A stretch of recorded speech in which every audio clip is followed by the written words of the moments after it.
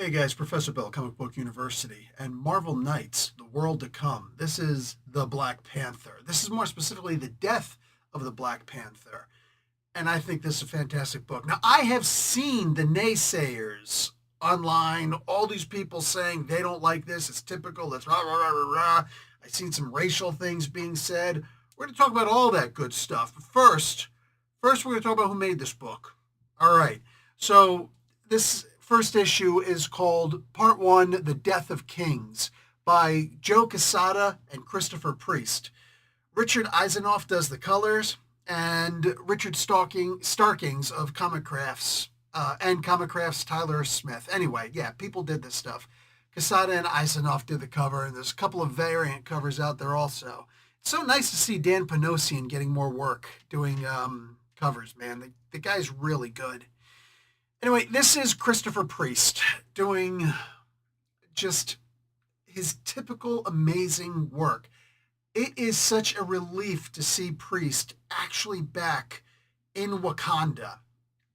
And at one point, he says this one thing in here. He has somebody say, I think it was actually T'Challa. He says, Wakanda never, as opposed to Wakanda forever. Like, what? Why would you do such a thing, dude? Priest is the kind of guy who is going to go out of his way to piss a bunch of people off. But if you stick with him, he's going to give you one of the absolute greatest stories you've actually read ever. And I don't think anybody does T'Challa and Wakanda the way that Priest does. You got to remember, I know there's going to be a bunch of people who are going to say, oh, look at all the things that Coates has done and Hudlin has done and all these other different people have done. Yes, they've all contributed something great. But most of the stuff that we have quite literally came from Mr. Priest. What exactly would we have had without Christopher Priest, right? Not a whole lot. Because even the things that came after him only came after because of what he'd set up. So I'm always going to put some respect and demand that some respect be put on Mr. Priest's name, especially when he's doing some Wakanda stuff. And he puts together the story where this one Dora Milaje comes up and she is apparently a day late and a bowl of soup short because T'Challa dies right in front of her. Now, does he actually die? Because there's commentary that the king has died multiple times before. And what's happened every time he's died? Oh, he's come right back. And it is a very Marvel-esque thing. Is this actually a setup? Could be. I'm more than happy to just sit back and watch and read and let it just happen. I don't feel too much of a need to speculate too much on this, but this is a world that is just messed up. It's not just Wakanda. It's all over the place, man. There are people who are bootlegging drinks like Poland Spring and Aquafina from back in what are they saying? 1998, I think they said. Like back in the day stuff. Dora Milaje showing up, kicking some booty, taking some names. Somebody's showing up. I think this is Killmonger, but I don't know. He's got a red nose like he's a drunk. And it might actually be the son, because why would he have such a red nose? Anyway, unless this guy's Rudolph. But they go back to Warrior Falls. And I absolutely love the irreverence that Priest speaks about Wakanda, because it's very important to understand. He is speaking, the person who is narrating this entire story is T'Challa's son. Yeah. And he is extremely disillusioned by everything that his father has done because he's been brainwashed, or has he, by these priests, these clerics, right?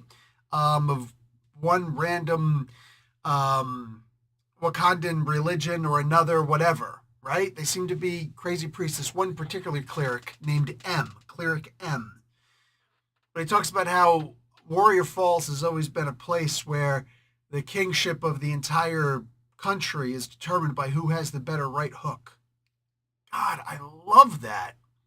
It's so basic. It's so dirty. It's not even just gritty. It's literally, like dirt under your fingernails, right? And salt water or fresh water, it's a waterfall, in your lungs. I love this. And they're beating the heck out of each other, and it's T'Challa and his son. And yeah, there's going to be spoilers for this, guys, because it's all over the internet and people are pissed at what's going on.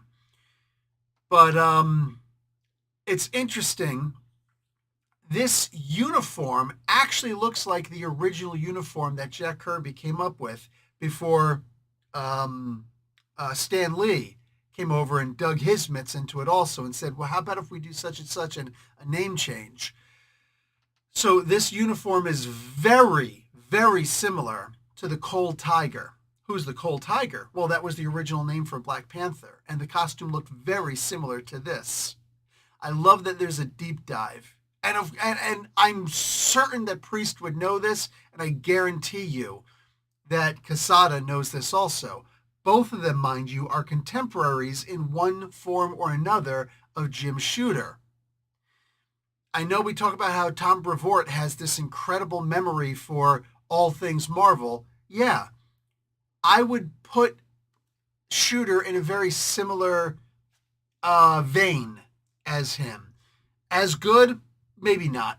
Maybe not. Brevoort almost seems like an idiot savant, and I'm not calling him an idiot. I'm going back to the old way that originally used to be used. Anyway, like the term awful, right? He's awfully big, right? Awful used to be a part of awe, like awesome, right? Awful, full of awe.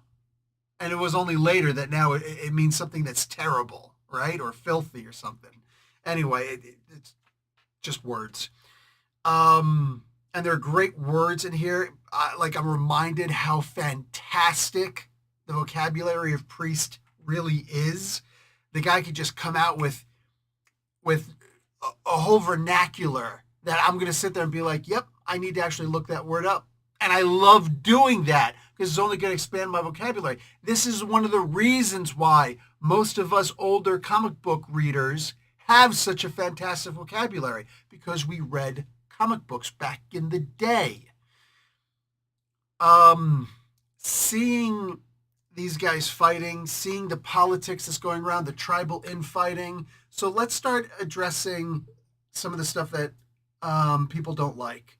The ultimate spoiler for this is that T'Challa's son is white, or at least he appears to be white. He's white presenting. That's the thing people say, right? T'Challa decided to marry his old crush, all right, his old flame from back in the day, back before he actually got with Aurora, right? She died in what's called the race war. Interesting. This could be a worldwide race war. This could be a thing that happened in America because she's from America. This could be something that happened in Wakanda. I'm acting like I'm in Wakanda.